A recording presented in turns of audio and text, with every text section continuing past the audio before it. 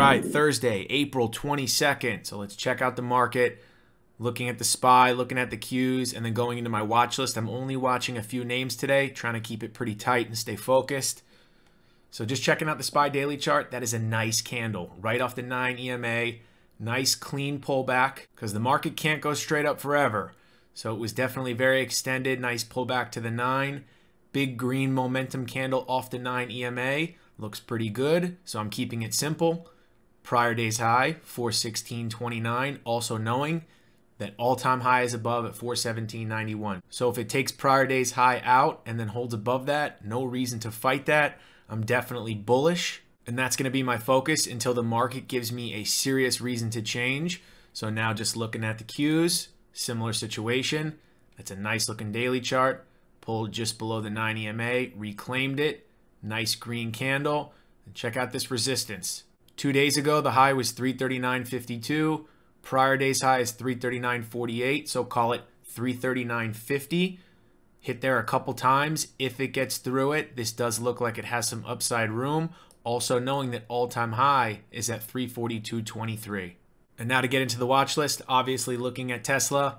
Big fan of trading this name. I'm almost now kind of exclusively a Tesla trader, and then every now and then I'll take trades on other names. So just looking at the daily chart. Nice period of consolidation, broke out of it, pulled back a little bit, held the moving averages. Yesterday was a very nice green candle.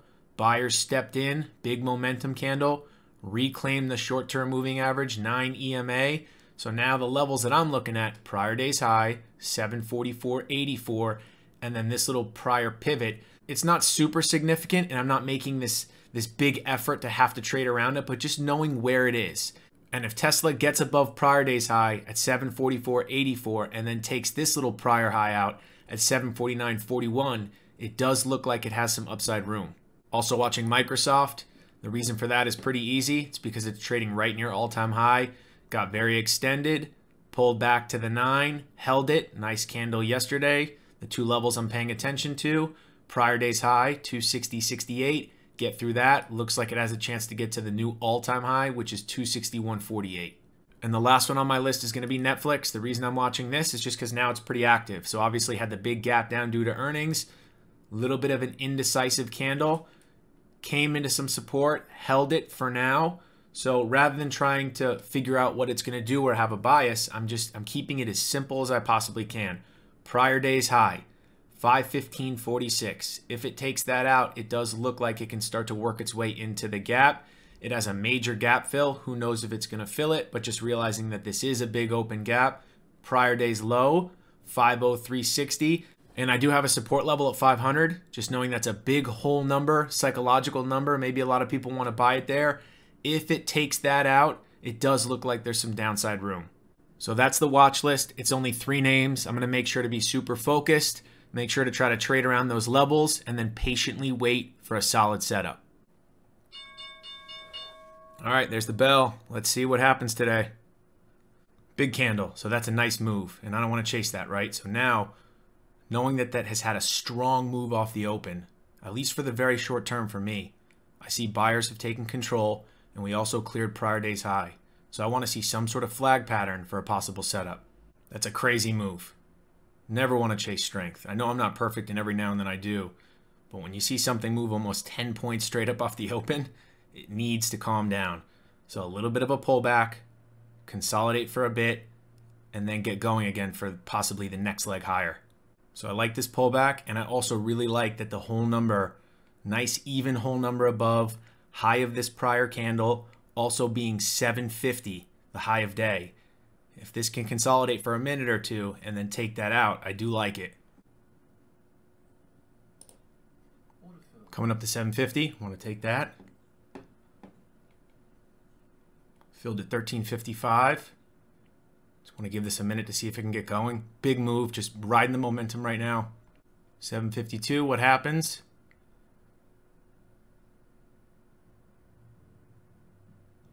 Nice. All right. Starting to speed up. 753.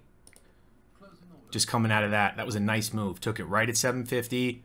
Nice flag pattern. And a great setup in my opinion. The reason why it was a great setup is because big strong move higher. So it showed me that buyers are clearly in control, took out some of the technical levels that I mentioned before, took out prior day's high, 744.84, took out that little prior pivot high, was less significant, but just knowing that it was there, 749.41, came right up to 750, nice whole number, pulled back, came back to the 9, above VWAP, buyers stepped up, tape started to speed up, so where I wanted to be long was right at that 750.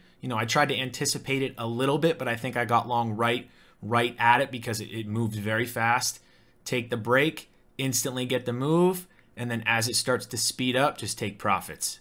And to be honest, that may be it for me. I know I always talk about trading a little bit less is good for myself.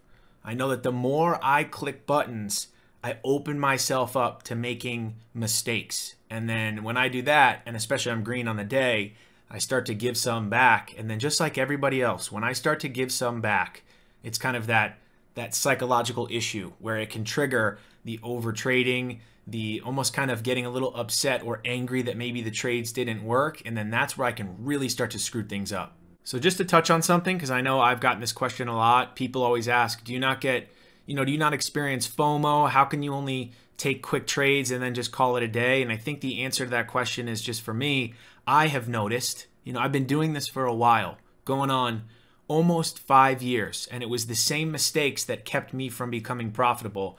I would be green off the open, and then I would take more trades. I would watch a green P&L go to a flat P&L, and then that aggravated me. That kind of triggered some emotions, and then I would start to overtrade, force trades, and then that's when I would see green go to break even and then break even go to serious red. I did that more times than I can count. So at what point did I finally look myself in the mirror and just say, I really want to make this work and I need to stop doing that?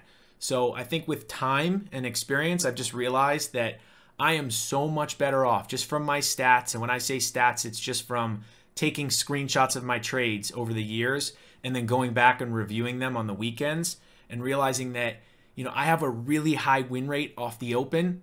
After that, it starts to drastically go down. So if I can quickly take a trade, it goes in my favor and it's a nice winner, I should just be able to walk away. And I think that just came with time. So starting to trust my process. And at the end of the day, the most important thing to me is to be consistent and make money. So what if I take a trade within the first 8 minutes of the day and it's a nice winner? I just don't feel the need to have to trade anymore, because when you start listening to those rules, when I started listening to those rules and putting up the consistency, that alone made me believe in what I was doing. And then when I started to believe in what I was doing, I just trusted the process. And then that's when the FOMO started to slowly go away. And that's really the only thing that matters. So finding a process and a system that works for the individual, right? This is a very complicated thing. You have to figure out what works best for you.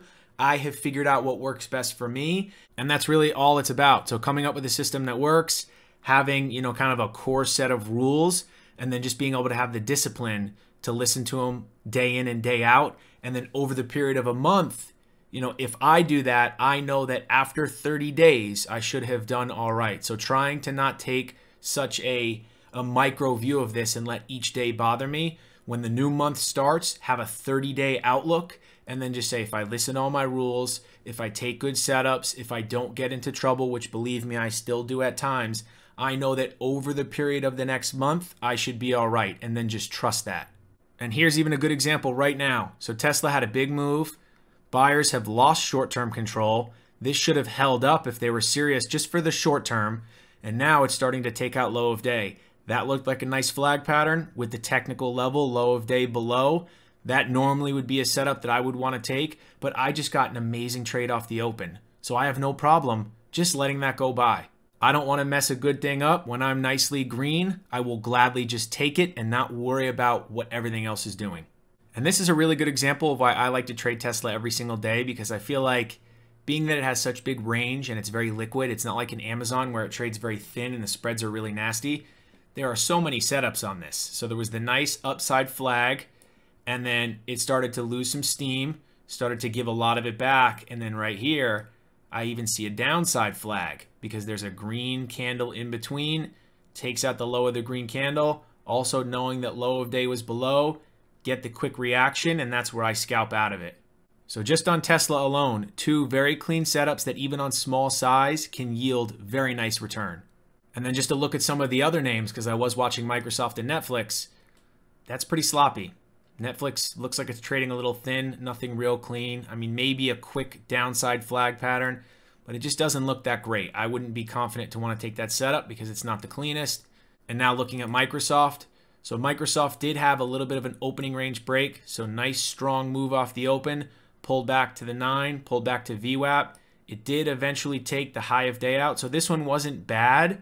But I think on a normal day, Microsoft is not the biggest mover. So for some reason, it's just not one of my favorites to trade. But this did do all right. Broke that high right around 260.80 and did go up to right around 261.80. So had about a point within a handful of minutes. And that's great. But I think I love Tesla so much because when it's moving and you're on the right side of the trade, you can get a point in like 30 seconds versus, this Microsoft here where this point took about 4 or 5 minutes to play out. And then here's also something I kind of want to touch on. So while I was looking at Tesla and kind of watching that 750 play out, SPY was weak. So it sold off a little bit, consolidated below the 9, below VWAP. Similar situation with Qs a little bit. I mean, wasn't the exact same chart, but still sell off at the open and then a bit of consolidation. So I kind of went against the trend of the market there. The reason why I did that is because just look at the strength. For me, I was looking at the strength of these candles. Very strong. And then also knowing that it was taking out those technical levels. So at this moment, just from a short-term perspective, it was showing some relative strength. And being that I'm a scalper, I'm not a swing trader, I'm not a position trader, just recognizing that relative strength, I have no problem taking it and then making sure to be in and out quick. And of course, that's exactly what I did. Took that 750 break. I got in the trade at 933.25. Got out at 934.16, so I was in it for just under 1 minute and got a $1.50 move on the contracts. And we are going on almost 30 minutes into the day, and I'm just going to wrap it up and walk away. One and done.